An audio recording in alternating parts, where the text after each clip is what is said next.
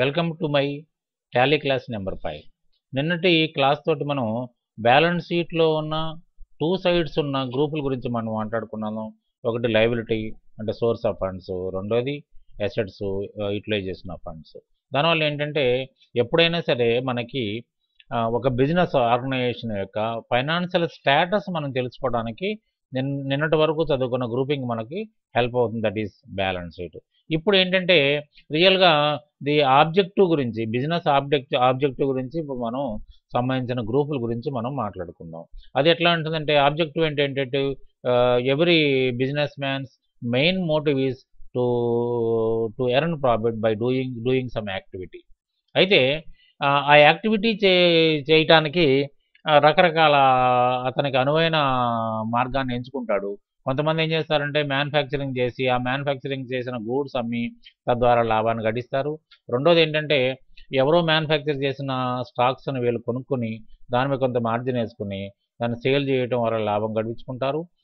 మొత్తం టోటల్గా చూస్తే పర్చేజ్ సేల్స్ కాకుండా లేని బిజినెస్లు కూడా ఉంటాయి. ఇప్పుడు suppose for example chit fund company తీసుకోండి. చిట్ ఫండ్ కంపెనీలో కమిషన్ అనేది అక్కడ ముఖ్యమైన ఆదాయం. దాంట్లో పర్చేజ్ సేల్ అని ఉండదు.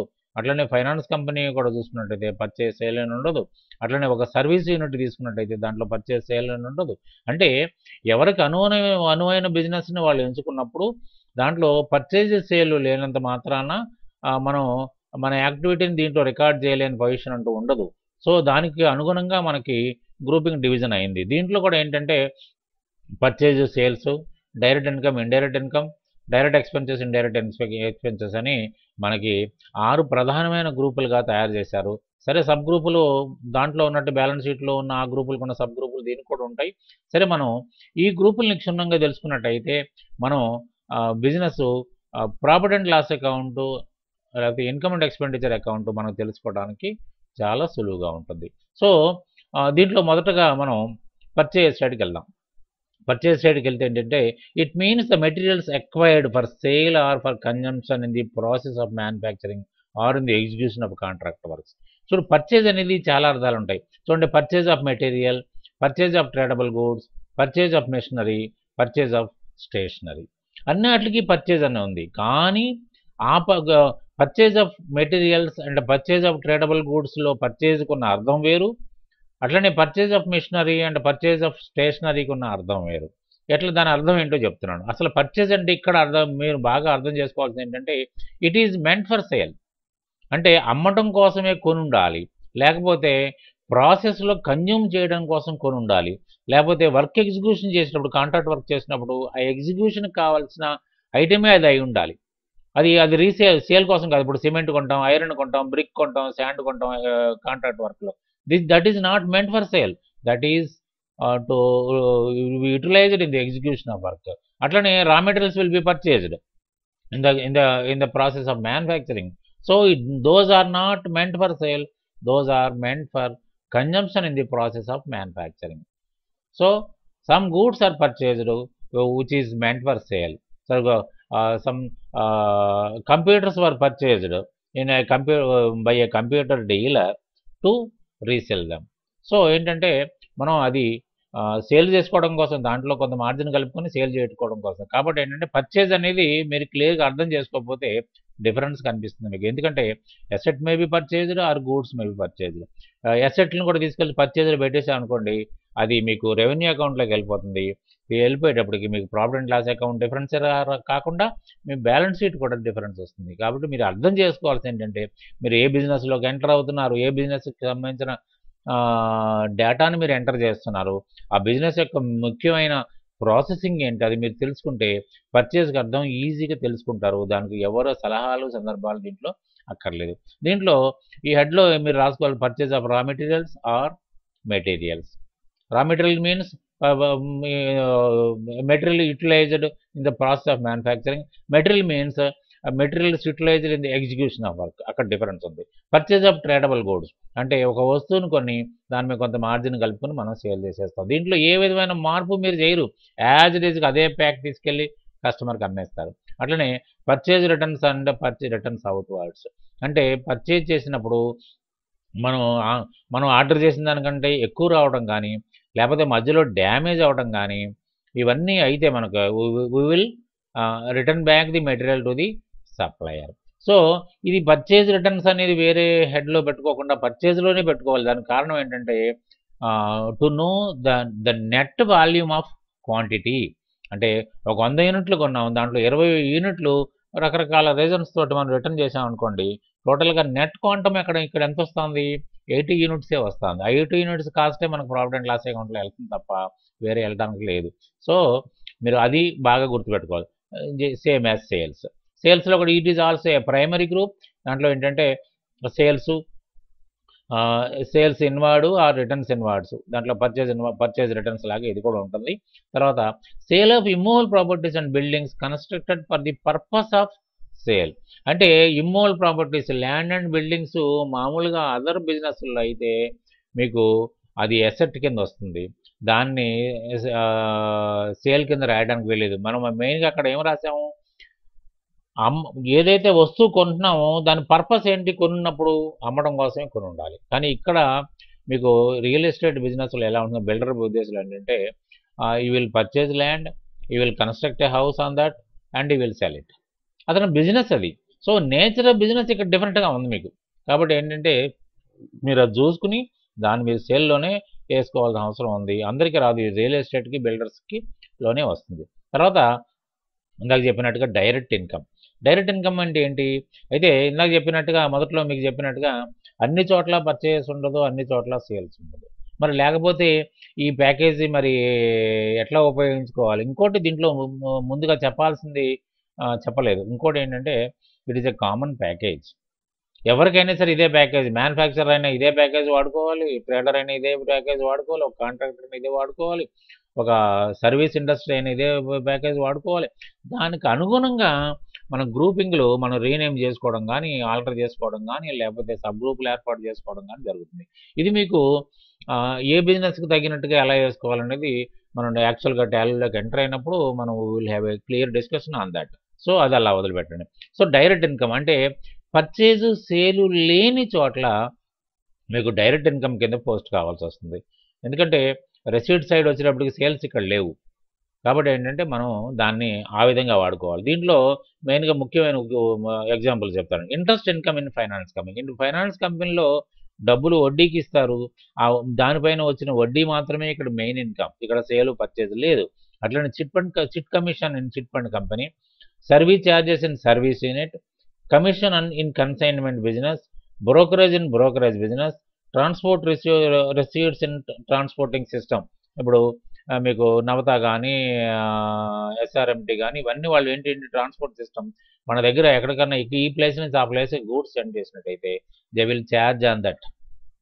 అయితే దానికి ఆ ఛార్జెసే వాళ్ళ రెసీట్. వాళ్ళకి ట్రాన్స్పోర్ట్ సిస్టంలో ఆ రెసీట్స్ అనేది వాళ్ళకి ఇది. Daily collections in cinema theatres, MG minimum guarantee and exploitation rights in cine production. Minimum guarantee, ఎందుకంటే ఇవాళ పెద్ద హీరోల సినిమాలన్నీ కూడా మినిమం గ్యారంటీ అంటే మా సినిమా ఎంత కలెక్ట్ చేస్తున్నాం మేము అనుకుంటున్నాం, ఆ డబ్బులు ఇస్తేనే ఇస్తాం. అంటే మినిమం గ్యారంటీ అంటే it is equal to hire. అంటే మినిమం గ్యారంటీ దాటి కనుక సినిమా కనుక కలెక్ట్ చేసినట్టయితే something has to be shared between with the producer also. ఇదివరకటి రోజుల్లో ఎలా ఉండేదంటే ఒకసారి ఆ సినిమాని ఇచ్చేసినట్టయితే ప్రొడ్యూసర్ దాన్ని హిట్ అయినా పట్టైనా కూడా ప్రొడ్యూసర్కి ఏ విధమైన సంబంధం లేదు. కానీ ఇక్కడ హిట్ అయితే కనుక అతను ఆ ఎంజీ దాటిపోతున్నట్టయితే డెఫినెట్గా ఇది వస్తుంది. అట్లనే ఎక్స్ప్లాయిటేషన్ రైట్స్ అంటే మీకు టు ఎగ్జిబిట్ ది ఫిలిం, అంటే ప్రొడ్యూసర్ ఒక అతను ఉంటాడు, డిస్ట్రిబ్యూటర్ ఒక అతను ఉంటాడు. అట్లనే ఎక్స్ప్లాయిటేషన్ రైట్స్ 5 yearsకి అమ్మేస్తారు ఆ రైట్స్. తర్వాత guest accommodation charges in hotels. మనం హోటల్కి వెళ్తే మీకు ఒక రోజుకి రెంట్కి ఇచ్చినప్పుడు దాని ఆ రెంట్ మీ దగ్గర వసూలు చేస్తారు. That is the main receipt in hotels. దాన్ని గెస్ట్ అకామిడేషన్ అంటారు దాన్ని. చూడండి మీకు మీరు కాకుండా ఇప్పుడు ఇద్దరికి అకామిడేషన్ ఇచ్చినప్పుడు మూడో వ్యక్తి కనుక ఉన్నట్టయితే they will allow the third person also in the same room, but they will charge guest charges అంటారు. అట్లనే ఇవన్నీ కూడా గెస్ట్ అకామిడేషన్ ఛార్జెస్ అవుతాయి. తర్వాత fee collection from students in education institutes, contract receipts in construction business, consultation fee in హాస్పిటల్స్లో కూడా రకరకాల రెసిట్స్ ఉంటాయి. రూమ్ రెంట్స్ అని, తర్వాత ల్యాబ్ టెస్టింగ్ ఫీజ్ అని, అదని ఇదని ఉంటాయి. సో అవన్నీ కాదు, మీకు మెయిన్గా కన్సల్టేషన్. పేషెంట్ రాగానే వాడికి కన్సల్టేషన్ ఛార్జ్ తీసుకుంటారు, తర్వాత అడ్మిట్ చేసుకుంటే ఆ కథలన్నీ వేరు ఉంటాయి. సో మెయిన్గా హాస్పిటల్లో మెయిన్ ఇన్కమ్ ఇది. దాని తర్వాత అట్లనే డైరెక్ట్ ఇన్కమ్ లాగే మీకు డైరెక్ట్ ఎక్స్పెన్సెస్ కూడా ఉంటాయి. ఈ డైరెక్ట్ ఎక్స్పెన్సెస్ అంటే ఏంటంటే, మీకు ఒక వస్తువు మ్యానుఫ్యాక్చర్ చేసామనుకోండి, సేల్స్కి రెడీ అయ్యేంత వరకు మనం ఏదైతే ఖర్చు పెడతామో అదంతా డైరెక్ట్ ఎక్స్పెన్సెస్ కింద కావాలి. ఎందుకంటే రా మెటీరియల్ కాస్ట్ ఉంటుంది, రా మెటీరియల్ కాస్ట్ తర్వాత రా మెటీరియల్ ట్రాన్స్పోర్టింగ్ ఉంటుంది, తర్వాత దాని మీద పవర్ కన్జంప్షన్ ఉంటుంది, తర్వాత ఏమో ఫ్యాక్టరీ వేజెస్ ఉంటుంది, అట్లనే ఫ్యాక్టరీ మేనేజర్ శాలరీ ఉంటుంది. ఇవన్నీ కూడా కలుపుకునే తర్వాత ఏంటంటే ప్యాకింగ్ మెటీరియల్ కూడా ఉంటుంది. ఇవన్నీ కలుపుకున్న తర్వాత ఒక యూనిట్ కాస్ట్ వస్తుంది. దానిపైన మార్జిన్ కలుపుకొని అమ్ముకుంటారు. అంతే తప్ప దీంట్లో ఏది గుర్తింపు సరిగ్గా చేయకపోయినా కాస్ట్ ఆఫ్ ది ప్రొడక్షన్ తగ్గిపోద్ది. దాని మీద వేసుకున్న మార్జిన్ అసలు వీళ్ళకి సరిపోకుండా పోతుంది. సో డైరెక్ట్ ఎక్స్పెన్సెస్ని చాలా జాగ్రత్తగా అబ్జర్వ్ చేసి దాన్ని మీరు చేయాల్సిన పరిస్థితి ఉంది. అయితే దాంట్లో మీకు factory power, factory workers wages, fuel, coal and water. ఇప్పుడు మీకు గ్యాస్ ఆధారిత పవర్ జనరేషన్స్ ఉన్నాయి, కోల్ ఆధారిత పవర్ జనరేషన్స్ ఉన్నాయి, నీళ్లు ఆధారిత పవర్ జనరేషన్స్ ఉన్నాయి. ఒకటే ఇండస్ట్రీని తీసుకున్నాను నేను.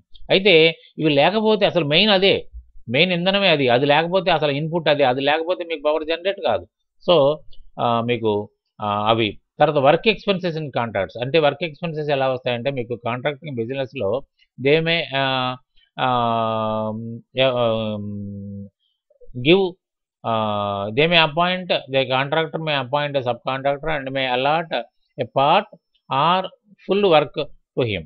ఆ సబ్ కాంట్రాక్టర్ వర్క్ చేస్తాడు అంటే వీడేం మెటీరియల్ ఇవ్వడు, ఏమి ఇవ్వడు, వాడే వర్క్ చేస్తాడు. వాడు వర్క్ చేసినంత బిల్లు పెడతాడు. అంటే మనం డిపార్ట్మెంట్కి పెట్టినట్టుగా మనకి వీడు పెడతాడు. అయితే ఆ వర్క్ ఎక్స్పెన్సెస్ అంతా కూడా వాడు ఏదైతే బిల్లు పెట్టాడో అది కూడా మనకి డైరెక్ట్ ఎక్స్పెన్సెస్. ఆ వర్క్లో మనకి ఇది అవుతుంది కాబట్టి. తర్వాత ఫ్యాక్టరీ జనరేటర్ మెయింటెనెన్స్. ఇప్పుడు ఫ్యాక్టరీ జనరేటర్ మెయింటెనెన్స్ అంటే ఇది పవరే. పవర్ పోయినప్పుడు ఇప్పుడు చూడండి మనకి కరెంటు కోతలు బాగా ఉన్నాయి. అటువంటిప్పుడు ఏంటంటే మరి పవర్ జనరేటర్స్ పెట్టుకుంటే కానీ మనకి ప్రొడక్షన్ అనుకున్న టార్గెట్స్ రీచ్ కాదు. లేకపోతే పవర్ వచ్చినప్పుడే వాడుకుంటే ఇక్కడ వర్కర్స్ వేజెస్ని ఎత్తిన పడతాయి, ఇక అదర్ మెయింటెనెన్స్లు కూడా ఎత్తపడతాయి. కాబట్టి ఫ్యాక్టరీ జనరేటర్ మెయింటెనెన్స్, దాంట్లో ఫ్యూయల్ పోయటం కానీ ఇంకేదన్నా కానీ. తర్వాత అన్లోడింగ్ ఎక్స్పెన్సెస్, దట్ హమాలి అంటారు. అన్లోడింగ్ ఎక్స్పెన్సెస్ ఏంటంటే మనం రా మెటీరియల్ ఎక్కడి నుంచి తెచ్చుకున్నట్టయితే మనం ట్రాన్స్పోర్ట్ అండ్ పర్చేస్. అంటే మీరు ఎక్కడన్నా రా మెటీరియల్ కొన్నప్పుడు ఆ రా మెటీరియల్ మన దగ్గర చేర్చుకోవడానికి అంటే transport charges and unloading expenses. Octroi అంటే లోకల్ ట్యాక్సెస్. మీకు టోల్ గేట్లు ఉంటాయి, తర్వాత ఆక్ట్రాయ్ ఉంటుంది. ఆక్ట్రాయ్ ఏంటంటే మీకు కొన్ని మీరు ఎప్పుడన్నా అబ్జర్వ్ చేస్తుంటారు, విలేజెస్లో పంచాయతీలు ఉంటాయి కదా, ఆ పంచాయతీల విలేజ్లో ఒక చిన్న టోల్ గేట్ లాంటిది పెడతారు. ఒక చిన్న కర్ర కట్టేసేసి అక్కడ వెహికల్స్ని, అది కూడా ఓన్లీ ట్రాన్స్పోర్ట్ వెహికల్స్ని. ఇప్పుడు టోల్ గేట్ అన్నప్పుడు ఏముంది, ఒక టూ వీలరు ఆటోలు తప్ప మిగతా అన్నిటికి ఛార్జబుల్. కానీ ఇక్కడ అలా కాదు, only transport vehicles will be charged. ఎందుకంటే ఆక్ట్రా ఎందుకు వసూలు చేస్తారంటే ఇవి మీకు వాళ్ళ విలేజ్ డెవలప్మెంట్ కోసం వసూలు. It is permitted by the government. So customs duty ఎక్కడి నుంచి మనం ఇంపోర్ట్ చేసుకున్నాం అనుకోండి, ఇంపోర్ట్ చేసుకుంటే కస్టమ్స్ డ్యూటీ కడితేనే, డ్యూటీస్ ట్యాక్స్ కడితేనే మనకి రిలీజ్ అవుతుంది.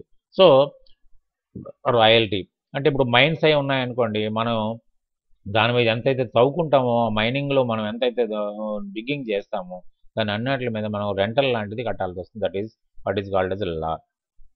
లేబర్ చెస్ అంటే cess means tax. A tax will be collected from the contractor, that cess will be utilized for the development of, for the welfare of the labour.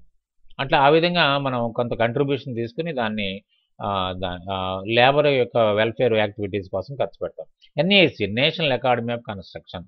ఇవన్నీ national academy of construction అని government organisation ఉంది. దాంట్లో ఏంటంటే ఈ technical training ఇస్తారు మీకు.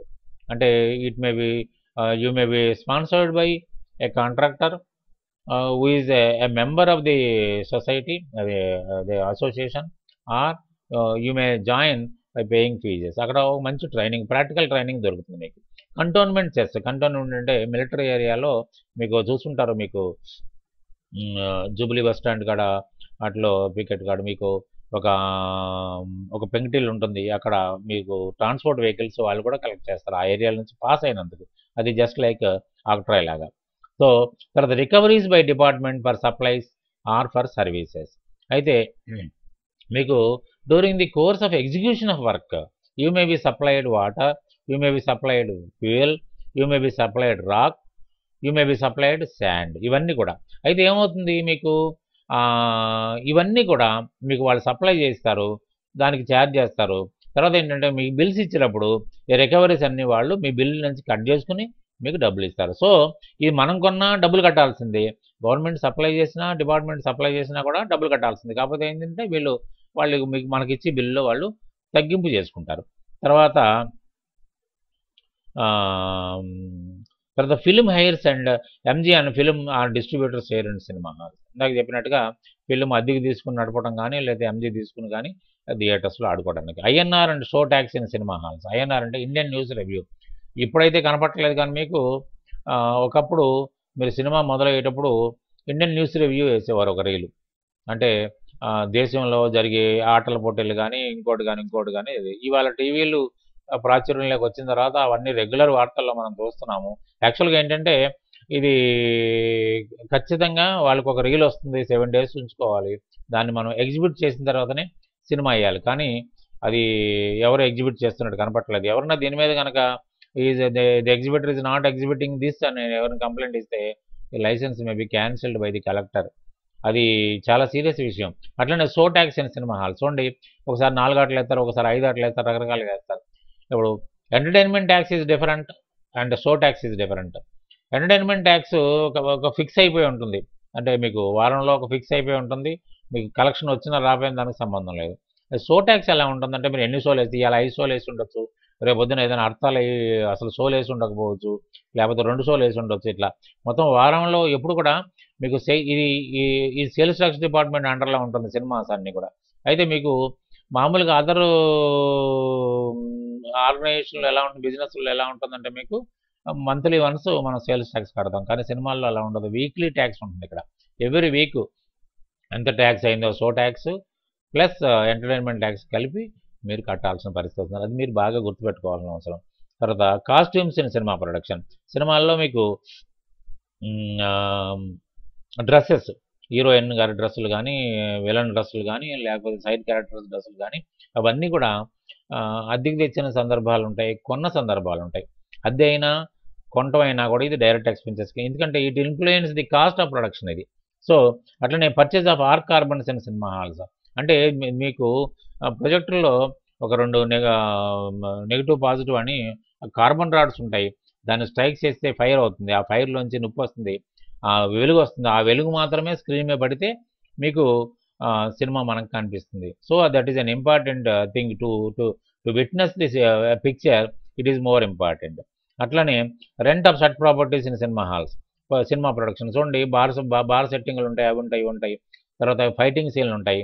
తర్వాత ఇవన్నీ కూడా తర్వాత పోలీస్ జీపులు, పోలీస్ డ్రెస్సులు, ఇవన్నీ కూడా కుట్టించడం మానేసేసి రెంట్కి తెస్తారు. మీరు కృష్ణా నగర్ పోయినట్టయితే మీకు ఇటువంటి షాపులు మీకు ప్రత్యక్షం అవుతాయి. కిరీటాలు కానీ, గదలు కానీ, ఫెస్టివల్స్ కానీ, ఇవన్నీ కూడా మీకు దొరుకుతాయి. So rent of set properties in cinema production. Remuneration of all crafts in cinema production. దీంట్లో 24 క్రాఫ్ట్స్ ఉంటాయి. స్టంట్ డివిజన్ ఉంటుంది, చాలా రకాల డివిజన్, డ్యాన్స్ డివిజన్ ఉంటుంది, 24 క్రాఫ్ట్స్ ఉంటాయి. ఆ 24 క్రాఫ్ట్స్కి రెగ్యులర్ రెమ్యునరేషన్ ఇచ్చే పరిస్థితి కూడా ఉంటుంది. అది purchase of explosives in mines. మైన్స్లో మీకు పెద్ద పెద్ద గుట్టలు పగలగొట్టడానికి జెలటిన్ స్టిక్స్ వాడతారు, పౌడర్ వాడతారు. అది అది అది అది పెడితే కానీ, బ్లాస్ట్ చేస్తే కానీ మీకు రాక్ ముక్కలు కాదు, అప్పుడు కానీ మీకు వినియోగంలోకి దానికి కావాల్సిన సేపుల్లో మీరు చేసుకోవాలి. So purchase of explosion mine. Breaking charges in mine set. Breaking charges అంటే మీకు ఎక్స్ప్లోజ్ చేసిన తర్వాత వచ్చేసి బండల్ని మీకు కావాల్సిన సైజుల్లో మీరు కట్ చేసి పెట్టుకుంటారు. అట్లనే ఫిలిం షూటింగ్ పర్మిషన్స్. మీరు ఇష్టం వచ్చినట్టు కెమెరా పట్టుకుని పరిగెత్తి రోడ్డు మీద తీసుకోవడానికి ఉండదు. We have to obtain permission from the departments. So దానికి మీరు డబ్బులు కట్టాల్సి వస్తుంది. Censor certification charges. Travelling expenses of actors and crew. అంటే మీరు సినిమా ఎక్కడైనా తీయాలంటే చాలా క్రూ ఉంటుంది, మీకు లైట్ మ్యాన్లు ఉంటారు, క్లాబ్ బాయ్స్ ఉంటారు, వీళ్ళు చాలామంది ఉంటారు. సో వీళ్ళందరూ ట్రావెలింగ్ ఎక్స్పెన్సెస్ కూడా ఈ ప్రొడక్షన్లో ఇంక్లూడ్ అయి ఉంటుంది. జనరల్గా ఈ ట్రావెలింగ్ ఎక్స్పెన్సెస్ అదర్ ఆర్గనైజేషన్లో అయితే ఇండైరెక్ట్ ఎక్స్పెన్స్ అవుతుంది, కానీ ఇక్కడ మాత్రం డైరెక్ట్ ఎక్స్పెన్సెస్ అవుతుంది అది. తర్వాత mess maintenance in cinema production and contract business. Mess maintenance కంపల్సరీగా మీకు సినిమా ప్రొడక్షన్లో కానీ డబ్బింగ్లో కానీ రకరకాలుగా నచ్చినట్టు వచ్చిన వాళ్ళందరికీ టిఫిన్లు ఛాయలు ఇవ్వాల్సిందే ఖచ్చితంగా. తర్వాత ఈ టైంకి భోజనం పెట్టాల్సిందే. చాలా పెద్ద క్రూ ఉంటుంది, వందల కొలది ఉంటారు. ఇక డ్యాన్స్ కార్యక్రమం, ఫైటింగ్ సీన్ ఉంటాయి, కొన్ని వందల మంది ఉంటారు, వాళ్ళందరికీ భోజనాలు పెట్టాలి. అది మెయిన్ ఐటెం కూడా దీంట్లో. అట్లనే కాంట్రాక్ట్ బిజినెస్ కూడా సైట్స్లో ఏంటంటే చాలా ఊరికి దూరంగా ఉంటారు కాబట్టి వాళ్ళు నివాసం ఏర్పరచుకోలేరు, అక్కడనే ఉంటారు కాబట్టి వాళ్ళకి కావాల్సిన భోజనం, మార్నింగ్ టిఫిన్స్ అవన్నీ అరేంజ్ చేస్తారు. తర్వాత హోర్డింగ్ ఫ్లోర్ రెంటల్స్ అంటే మీరు పెద్ద పెద్ద హోర్డింగ్స్ చూస్తారు బిల్డింగ్స్ పైన, దానిపైన ఏంటంటే మీకు దానిపైన వాళ్ళ ఫ్లోర్ మీద మీరు హోర్డింగ్ పెట్టుకున్నందుకు you have to pay rent. So ఆ రెంట్ కూడా మీకు డైరెక్ట్ ఎక్స్పెన్సెస్ అవుతుంది. కాబట్టి ఏంటంటే ఇప్పుడు చెప్పినవి తక్కువే. ఇప్పుడు మీరు ఇవి ఎలా చూసుకోవాలంటే వందల కొలది మీకు ఐటమ్స్ నేను ఎక్స్ప్లెయిన్ చేయాల్సిన అవసరం ఏర్పడుతుంది. కానీ ఎన్ని చెప్పుకున్నా కూడా ఇంకా కొంత లోటు కనిపిస్తూనే ఉంటుంది. కాబట్టి నేను నిన్న క్లాస్లో చెప్పినట్టుగా కూడా మీరు చేయాల్సింది ఏంటంటే మీరు ఏ బిజినెస్ ఆర్గనైజ్ చేయబోతున్నారు, లేకపోతే ఏ బిజినెస్ ఆర్గనైజేషన్లో మీరు అకౌంటెంట్గా పనిచేస్తున్నారు, దానికి తగినట్టుగా దీంట్లో ఏది డైరెక్ట్ ఎక్స్పెన్సెస్, ఏది ఇండైరెక్ట్, అసలు నేచర్ ఆఫ్ బిజినెస్ ఏంటి అవన్నీ కనుక అనుకున్నట్టయితే ఆటోమేటిక్గా మీకు దాని యొక్క గ్రూపింగ్ మీకు అవగతం అయిపోతుంది. దాని ప్రకారం మీరు చేయగలుగుతారు. నేను ఎన్ని చెప్పినా కూడా ఇంకా కొన్ని మిగిలిపోతాయి. ఎందుకంటే నాకున్న పరిజ్ఞానం బట్టి నేను 100-200 చెప్పగలుగుతాను డైరెక్ట్ ఎక్స్పెన్సెస్లో, కానీ నేను చాలా తక్కువ చెప్పాను. ఏంటంటే 4 రకాల ఇండస్ట్రీస్ చూసుకుని ఆ 4 రకాల ఇండస్ట్రీస్లో కొన్ని ఐటమ్స్, ఇంపార్టెంట్ ఐటమ్స్ చెప్పాను, అది మీరు గుర్తుపెట్టుకోవాలి. అట్లనే ఇండైరెక్ట్ ఇన్కమ్. డైరెక్ట్ ఇన్కమ్ ఎలా ఉన్నాం, సేల్స్ పర్చేజ్ లేని చోట ఇండైరెక్ట్ ఇన్కమ్. కానీ ఇండైరెక్ట్ ఇన్కమ్ సేల్స్ పర్చేజ్ లేని చోట డైరెక్ట్ ఇన్కమ్ ఉంటుంది అన్నాను. సరే ఇండైరెక్ట్ ఇన్కమ్ ఎలా ఉంటుంది, సేల్స్ పర్చేజ్ ఉన్నా లేకపోతే డైరెక్ట్ ఇన్కమ్ ఉన్నప్పుడు కూడా ఇండైరెక్ట్ ఇన్కమ్ అనేది ఉంటుంది. ఎట్లా ఉంటుందో చూస్తాను. ఇన్సూరెన్స్ క్లెయిమ్ అంటే ఎట్లా, ఇప్పుడు సపోజ్ ఏదో డ్యామేజ్ అవుతుంది, డ్యామేజ్ అయితే ఏమవుతుంది, మనం ఒక 10,000-20,000 రూపాయలు ఆ స్టాక్స్ మీద ఇన్సూర్ చేస్తుంటాం. రేపొద్దున అది డ్యామేజ్ డిస్ట్రాయ్ అయినప్పుడు మనం will put a claim to the insurance company and will get our claim. సరే ఎక్కువగానో తక్కువగానో మనం క్లెయిమ్ ఇస్తాడు. అంటే మనం కట్టింది 10,000, తర్వాత ఆ డిస్ట్రక్షన్ ఛార్జెస్, డ్యామేజ్ ఛార్జెస్ మనకు 2 లక్షలు వస్తుంది. సో అది మనకు అదర్ ఇన్కమ్ అవుతుంది. అట్లనే ఇన్సెంటివ్ రిసీవ్డ్ అంటే మన టార్గెట్ ఓరియంటెడ్ బిజినెస్లో మీకు మీరు 12 ఫ్రిడ్జ్లు అమ్మాలి ఈ నెలలో, మీరు 15 ఫ్రిడ్జ్లు అమ్మితే మీకు కొంత ఇన్సెంటివ్ ఇస్తాను అని ప్రకటించిన సందర్భాలు ఉంటాయి. కాబట్టి ఏంటంటే మనం టార్గెట్ క్రాస్ అయిపోయినప్పుడు will get some incentive. Sale of scrap అంటే ఇప్పుడు మేము మామూలు అట్టపెట్టలు కాడి నుంచి కన్స్ట్రక్షన్ బిజినెస్లో అయితే ఐరన్ రాడ్స్ ఇవన్నీ దొరుకుతాయి. తర్వాత ఏమో ఈ సిమెంట్ గోతాలు కానీ ఇవన్నీ ఉంటాయి, అవన్నీ అమ్మేస్తాం. ఎందుకంటే అవన్నీ కూడా మనకి అదర్ ఇన్కమ్ తెచ్చిపెడతాయి. సో ఇంట్రెస్ట్ ఆన్ ఎఫ్డిఆర్స్, ఎందుకంటే మనం ఎవరికన్నా సెక్యూరిటీ డిపాజిట్ పెట్టినప్పుడు we have to take an FDR, fixed deposit receipt. FDR బ్యాంకుల నుంచి తీసుకుంటాం, దాన్ని ఆ కన్సర్న్డ్ అథారిటీస్కి మనం ప్లెడ్జ్ చేస్తాం. సో అది మన పేరునే ఉంటుంది. సో మనకు మళ్ళీ రిలీజ్ చేసేంత వరకు దానిపైన వడ్డీ వస్తుంది మనకి ఎవ్రీ ఇయర్. ఆ వడ్డీ మనకి ఎక్స్ట్రా ఇన్కమ్ కింద లెక్క అవుతుంది. We have to take that in to consideration as indirect income. తర్వాత కీమ్యాన్స్ ఇన్సూరెన్స్ క్లెయిమ్. మీకు కీమ్యాన్ ఇన్సూరెన్స్ క్లెయిమ్ అంటే దీంట్లో చాలామంది ఇన్ని ఉండకపోవచ్చు, సరే ఇన్న వాళ్ళకి కూడా చెప్తాను. కీమ్యాన్స్ ఇన్సూరెన్స్ అంటే మనకి కీ పర్సన్స్ అంటే మన కంపెనీలో ఒక మేనేజర్ ఉంటాడు, లేదా ప్రొడక్షన్ మేనేజర్ ఉంటాడు, ఒక సూపర్వైజర్ ఉంటాడు, వీళ్ళు ఉంటారు. సో వీళ్ళ కనుక పని రకరకాల కారణాల వల్ల ఏదన్నా అనుకోని సంఘటన వల్ల వాళ్ళకి యాక్సిడెంట్ అయ్యో లేకపోతే ఇంకేదైనా జరిగి పనిలోకి అటెండ్ కానప్పుడైతే దానివల్ల మనకు చాలా లాసు వచ్చే పరిస్థితి ఉంటుంది. అందుకని ఏంటంటే ఆ కీమ్యాన్స్ని ఎంచుకుని వాళ్ళ పేరుని ఇన్సూరెన్స్ చేయడం జరుగుతుంది కంపెనీ. కానీ ఇక్కడ ఏంటంటే గ్రూప్ ఇన్సూరెన్స్ స్కీములు కూడా ఉంటాయి. ఆ గ్రూప్ ఇన్సూరెన్స్ వీళ్ళు శాలరీ నుంచి కట్ చేసి కడతారు, కానీ ఇది అట్లా కాదు. Company will pay the premium on that. అట్లనే కంపెనీ రేపొద్దున ఏదైనా బెడ్ రిడన్ అయ్యిండు కానీ లేకపోతే హాస్పిటల్లో వాళ్ళు అడ్వైజ్ చేస్తే ఒక 6 నెలలు రెస్ట్ తీసుకోమని కనుక చెప్పినట్టయితే అతని స్థానంలో ఇంకొకరిని అపాయింట్ చేసి కానీ లేకపోతే అతను బెడ్ మీద ఉన్నప్పుడు డబ్బులు పంపిస్తే that amount will be compensated by the insurance company. So మనకి ఇన్సూరెన్స్ క్లెయిమ్ మనకు వచ్చినట్టయితే కీమ్యాన్స్ ఇన్సూరెన్స్ క్లెయిమ్ వస్తే ఇందాక అంతకుముందు చెప్పాము ఇన్సూరెన్స్ క్లెయిమ్, అది జనరల్ ఇన్సూరెన్స్, కీమ్యాన్ ఇన్సూరెన్స్ ఇది వేరు. So discount on creditors. Discount on creditors అంటే 2 రకాల డిస్కౌంట్స్ ఉంటాయి. ఒకటి ట్రేడ్ డిస్కౌంట్, రెండోదేమో డిస్కౌంట్ ఆన్ క్రెడిటార్స్. అంటే ట్రేడ్ డిస్కౌంట్ అంటేనేమో మీకు ఇన్వాయిస్లో ఉంటుంది, మీరు పర్చేస్ ప్రైస్లోంచి తీసేసి మిగతాది వసూలు చేస్తారు. సో ఆ ట్రేడ్ డిస్కౌంట్ మనం ఎక్కడ ఎంటర్ చేసుకోవాలని అవసరం లేదు, నెట్ ప్రైస్ మీదనే మనకు ట్యాక్స్ అయితే పడుతుంది. కానీ డిస్కౌంట్ ఆన్ క్రెడిటర్స్ అంటే మీరు ఇన్ టైంలో పే చేశారనుకోండి, you will be given some discount on your payment. So ఆ విధంగా మనం చెల్లించితే అది అందరికీ రాదు, ఇది క్యాష్ డిస్కౌంట్ అంటారు. అంటే కరెక్ట్గా ప్రాంప్ట్గా ఉన్నవాడికి మాత్రమే ఇది పొందే అవకాశం ఉంటుంది, కానీ ఎవరికి పడితే వాడికి ఇది రాదు. రిఫండ్ ఆఫ్ ట్యాక్సెస్, మీకు సేల్స్ ట్యాక్స్ కానీ ఇన్కమ్ ట్యాక్స్ కానీ మీరు excess paid will be return back after assessment. So మీరు ఏదైతే ఎక్సెస్ పే చేస్తే, ఎక్సెస్ పే చేయడానికి చాలా కారణాలు ఉంటాయి, దీన్ని డీటెయిల్గా నేను ఆ సందర్భంలో చెప్తాను. So those will be refunded by the tax department. Recovery of bad debts. Recovery of bad debts అంటే మనం కొన్ని రాని బద్దుల్ని మనం లాస్ కింద మనం క్లెయిమ్ చేసేసుకుంటాం గత సంవత్సరంలో.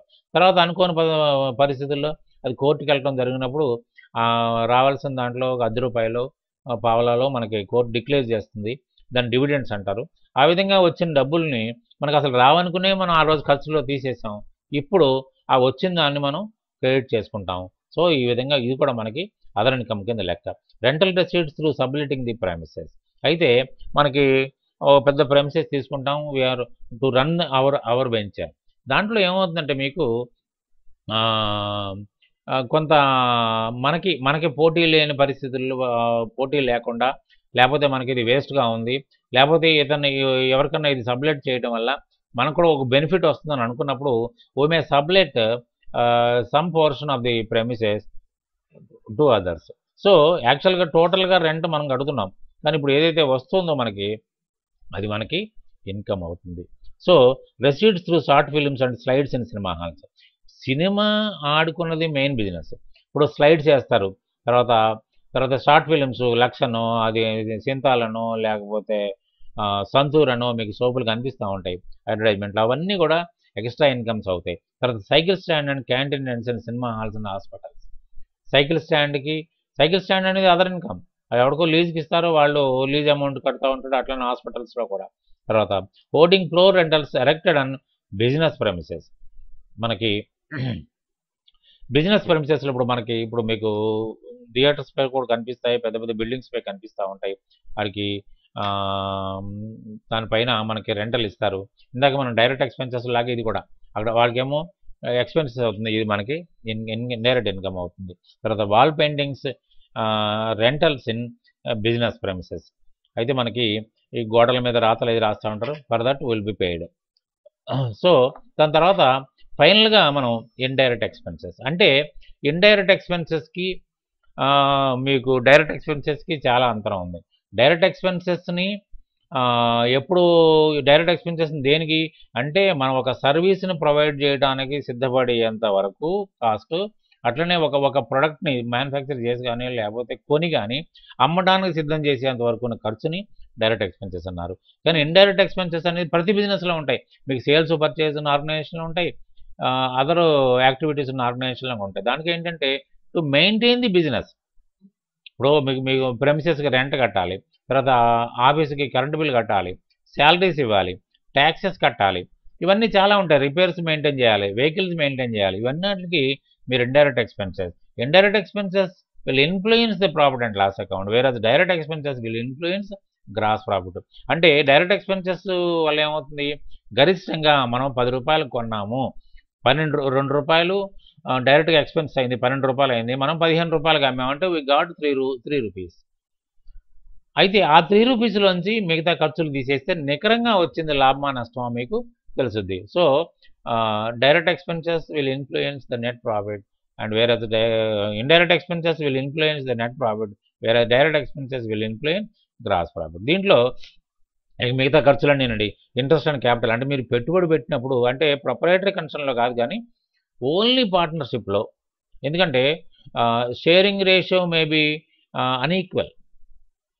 మీరు 30,000 పెడతారు, ఆయన ఇంకో 20,000 పెడతారు, నేను ఒక 50,000 పెడతాను, ముగ్గురు సమానంగా పెట్టలేదు ఇక్కడ, ముగ్గురు 3 రకాలుగా ఉన్నా. కాబట్టి ఏంటంటే షేరింగ్ రేషియో ఈక్వల్గా ఉన్నా కూడా పెట్టుబడి మాత్రం అన్ఈక్వల్గా ఉంది. అందుకని ఏంటంటే మనం ఇన్స్ట్రుమెంట్లో పార్ట్నర్షిప్ డీడ్లో రాసుకున్నప్పుడు the the investment made by the partners will carry interest అంటే ₹1 వడ్డీకి ఒప్పుకుంటారు. ఎందుకంటే the income tax authorities will allow only 12%, that is ₹1.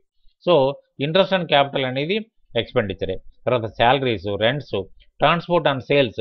Transport and purchase is the direct expenses. Transport అంటే అమ్మకం జరిగిపోయింది తర్వాత ఏంటి, మనం చేర్చిస్తూ ఉంటాం, నేను మీకు చేర్చిస్తూ ఉంటాం అంటే ఆ ఖర్చు అది ఎక్స్ట్రా ఫెసిలిటీ అన్నమాట మనం కస్టమర్కి ఇచ్చేది. So transport and sales is an direct expenses. Transport and purchase is a direct expenses. Keyman insurance premium, అక్కడ ఏం చేసాం, క్లెయిమ్ అన్నాం. ఇక్కడ ప్రీమియం కంపెనీ కడుతుంది కాబట్టి అది ఖర్చు. డిస్కౌంట్ ఆన్ డెటార్స్, మనం డిస్కౌంట్ ఆన్ క్రెడిటార్స్ వచ్చినప్పుడు ఇండైరెక్ట్ ఇన్కమ్ అన్నాం. డిస్కౌంట్ ఆన్ డెటార్స్ అంటే మనం కూడా ఇస్తూ ఉంటాం కదా, అందుకే మన దగ్గర మనకు రావాల్సిన దాంట్లో మనం తగ్గించి తీసుకుంటే అది మనకు ఖర్చు అవుతుంది. General insurance. Export duty, import duty వచ్చేటప్పుడు డైరెక్ట్ ఎక్స్పెన్స్ అయింది. ఎక్స్పోర్ట్ డ్యూటీ వచ్చేటప్పటికి అంటే సేల్ అయిపోయిన తర్వాత ఆఫ్టర్ సేల్ ఎక్స్పెండిచర్ అంతగా. Rent rates and taxes, where housing charges అంటే godown charges, repairs and maintenance, office renovation, selling and distribution expenses, del credere commission and commission on concern. Del credere commission అంటే additional commission given to the consignee. ఇప్పుడు ఎలా ఉంటుందంటే మీకు కన్సైన్మెంట్లో ఎలా ఉంటుందంటే, instead of opening our branch at that place, we will appoint one agent, that is what is called as consignee, and we will send the goods. The consignee will do business on behalf of us. He will deduct the expenses from the sale proceeds and I will send the balance proceeds to the consignor. అయితే what is suppose to cell on for cash, ఎందుకంటే అక్కడ ఎవడో మనకు తెలియదు. ఇప్పుడు మన ఊర్లో అయితే మన కస్టమర్ మనకు తెలుసు, వీడికి క్రెడిట్ ఇస్తే మనకు డబ్బులు వస్తాయో లేదని మనం జడ్జిమెంట్ చేయగలుగుతాం, కానీ అక్కడ మనకేం తెలియదు కదా.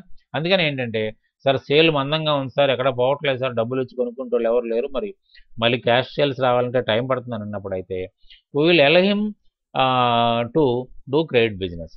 అప్పుడు ఏం చేస్తామంటే, సరే బాబు నువ్వు క్రెడిట్ బిజినెస్ ఇస్తున్నావు, నేను వాడి సంగతి ఎవడో నాకు తెలియదు, కానీ రేపు పొద్దున్నే ఏదైనా కనుక వాడు ముంచితే నాకు సంబంధం లేదని అంటాడు వీడు. అయితే ఏమవుతుందంటే, సరే నేను ఆ రిస్క్ తీసుకుంటాను కాబట్టి you have to give extra commission on that credit sale అంటాడు. అదే డెలికేటరీ కమిషన్ అంటే ఎక్స్ట్రా కమిషన్ అన్నమాట, ఎందుకంటే వాడు రిస్క్ తీసుకున్నట్టు జనరల్గా మామూలుగా రెగ్యులర్ కమిషన్ కాకుండా మనం ఎక్స్ట్రా కమిషన్ ఇస్తాం. లీగల్ ఛార్జెస్ అంటే వకీల్ ఛార్జెస్, ప్యాకింగ్ ఛార్జెస్ అంటే packing material is different, packing material is direct expenses. Packing charges అంటే చిన్న చిన్న బాక్సులను కలిపి ఒక పెద్ద కంటైనర్లో పెట్టి మనం చేస్తూ ఉంటాం కాబట్టి అది. తర్వాత audit fee, accounting charges, consultation charges, maintenance of vehicles etcetera, free samples. మనం ఏంటంటే మన బిజినెస్ డెవలప్మెంట్ కోసం మనం సబ్బులని, మెడిసిన్స్ అని ఇవన్నీ కూడా మనం ఫ్రీ శాంపిల్స్ ఇస్తాం. ఇవన్నీ కూడా మనకిది. సో ఇవన్నీ కూడా అంటే ఈ 6 items, purchases, sales, direct income, indirect income, direct expenses, indirect expenses, ఇవన్నీ మీరు క్షుణ్ణంగా కనుక తెలుసుకున్నట్టయితే దీని ద్వారా మనం ఒక ప్రాఫిట్ అండ్ లాస్ అకౌంట్కి అరైవ్ కాగలుగుతాం. కాబట్టి ఏంటంటే మీరు ఈ మొత్తం గ్రూపుల్లో అంటే ఇప్పుడు మన గ్రూపులు 2 రకాలుగా చేసాం. ఒకటి బ్యాలెన్స్ షీట్ ఐటమ్స్, రెండోది profit and loss account items. ఇవి కేర్ఫుల్గా కనుక అబ్జర్వ్ చేసి కనుక మీరు గ్రూపింగ్ చేస్తే మీరు టాలీ అకౌంటింగ్ కాదు, ఏ అకౌంటింగ్ ప్యాకేజ్ అయినా ఆపరేట్ చేయడం చాలా ఈజీ. ఎందుకంటే మెయిన్గా ఆన్లైన్ అకౌంటింగ్ కదా. ఇప్పుడు మీరు ఆఫ్టర్ ఆల్ ఒక జర్నల్ ఎంట్రీ పాస్ చేస్తే అది rest of the things will be done by the system it self instantly and immediately. అయితే అప్పుడు ఏమవుతుంది, మీరు చేసి చిన్నదే. ఇప్పుడు మామూలుగా జనరల్ అకౌంటింగ్, మాన్యువల్ అకౌంటింగ్ చూస్తే చాలా పెద్ద ప్రాసెస్ ఉంది, దీంట్లో ప్రాసెస్ లేదు. అందుకని మీరు చేయాల్సిన ఒక ముఖ్యమైన పని ఏంటంటే గ్రూపింగ్ ఆఫ్ లెడ్జర్స్ చేసుకోవాలి. గ్రూపింగ్ ఆఫ్ లెడ్జర్స్ చేస్తే ముందుకెళ్ళిపోతుంది. నేను చాలామందిని అబ్జర్వ్ చేశాను, స్టూడెంట్స్ని డిఫరెంట్ అకౌంటింగ్ ప్యాకేజెస్ నేర్చుకుంటున్నారు, వస్తున్నారు. They are not in a position to group even a single item. దాంట్లో వాళ్ళకి ఎసెట్టా తెలియట్లేదు, లైబిలిటీ తెలియట్లేదు, ఇన్కమ్ తెలియట్లేదు, ఎక్స్పెండిచర్ తెలియట్లేదు. అది ఆ పరిస్థితి నా స్టూడెంట్స్గా మీకు ఉండడానికి వెళ్ళలేదు. ఇప్పుడు ఇది అయిపోయింది కాబట్టి నేను if you put a request to me, I will send a question test paper on that. You please value them and you return to మీ.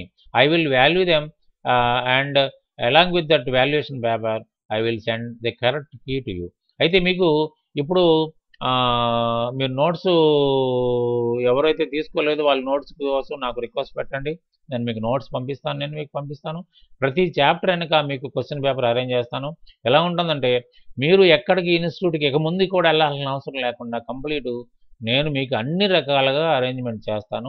నేను ఏదైతే చెప్తానో అది పేపర్ రూపంలో నోట్స్ రూపంలో మీకు అందజేస్తాను కాబట్టి మీకు చాలా క్లారిటీ ఉంటుంది. 1 మంత్లో మీరు కోర్సును కంప్లీట్ చేసుకుని మీ అందరూ మీరే చెప్తారు, మేము ఎక్కడికి వెళ్లకుండా ఇంట్లో కూర్చొని నేర్చుకున్నాం, ఇలా మేము నాలెడ్జ్ సంపాదించుకోగలిగాం, మేము ఇండిపెండెంట్గా జాబ్ సంపాదించుకునేంత శక్తి మాకు వచ్చింది, మాకు ఆ ధైర్యం కూడా ఏర్పడిందని మీ అందరూ మీరు చెప్తారు. కాబట్టి ఏంటంటే మీరు రిక్వెస్ట్ పెట్టండి, నేను నోట్స్ పంపిస్తాను. తర్వాత టెస్ట్ పేపర్ పంపిస్తాను, దాన్ని వాల్యూ చేసి నాకు పంపించండి. ఇంతటితోటి మనకి గ్రూపింగ్ ఆఫ్ లెడ్జర్ అకౌంట్స్ అయిపోయింది. మీరు చాలా ఇన్స్టిట్యూట్లో మీరు చూస్తుండొచ్చు, గ్రూపింగ్ ఆఫ్ లెడ్జర్స్ మీద ఎవరు కాన్సన్ట్రేషన్ చేయట్లేదు నాకున్న అనుభవం ప్రకారం. కానీ మనకు అట్లా ఉండొద్దు. మెయిన్గా ఇప్పుడు కూడా మీకు అర్థమై ఉండొచ్చు, గ్రూపింగ్ చాలా ఇంపార్టెంటు. ఇది ఆయుపట్టు అసలు అకౌంటింగ్ ప్యాకేజ్ నేర్చుకోవడానికి మీకు గ్రూపింగే ఇక్కడ ఇంపార్టెంట్. గ్రూపింగ్ రాకపోతే మీరు ఏమి నేర్చుకున్నా వేస్ట్. మీరు you cannot pass even a single entry correctly, and you cannot feed it to the computer to get accurate results. కాబట్టి ఏంటంటే మీరు అందరూ శ్రద్ధగా దాన్ని పాటించండి. తర్వాత క్లాస్లో మీకు డైరెక్ట్గా టాలీలోకి వెళ్ళిపోదాం. టాలీలో కూడా ప్రతి ఒక్క అంశం కీస్ కాడి నుంచి బటన్స్, కీసు, తర్వాత స్క్రీన్లు ఎక్కడ మీకు ఇనుండకపోవచ్చు. రకరకాల స్క్రీన్లు, పేమెంట్ స్క్రీన్ ఎలా ఉంటుంది, రెసిప్ట్ స్క్రీన్ ఎలా ఉంటుంది, కాంట్రాక్ట్ స్క్రీన్ ఎలా ఉంటుంది, జర్నల్ ఎంట్రీ స్క్రీన్ ఎలా ఉంటుంది, ఆ స్క్రీన్లు అలా చేయడంలో అర్థం ఏంటి అనేది కూడా మీకు విశదీకరించి చెప్తాను. మీకు షార్ట్కట్ మెథడ్స్ కూడా క్లాస్ బై క్లాస్లో మీకు వెళ్ళిపోతూ ఉంటుంది. ఖచ్చితంగా దీనివల్ల మీరు బెనిఫిట్ పొందుతారని నేను ఆశిస్తూ ఈ కార్యక్రమాన్ని మీరు సద్వినియోగపరుస్తారని నేను ఎంతో నమ్ముతూ ఇంతటితో నేను ఈ రోజుకి ఈ గ్రూపింగ్ క్లాసు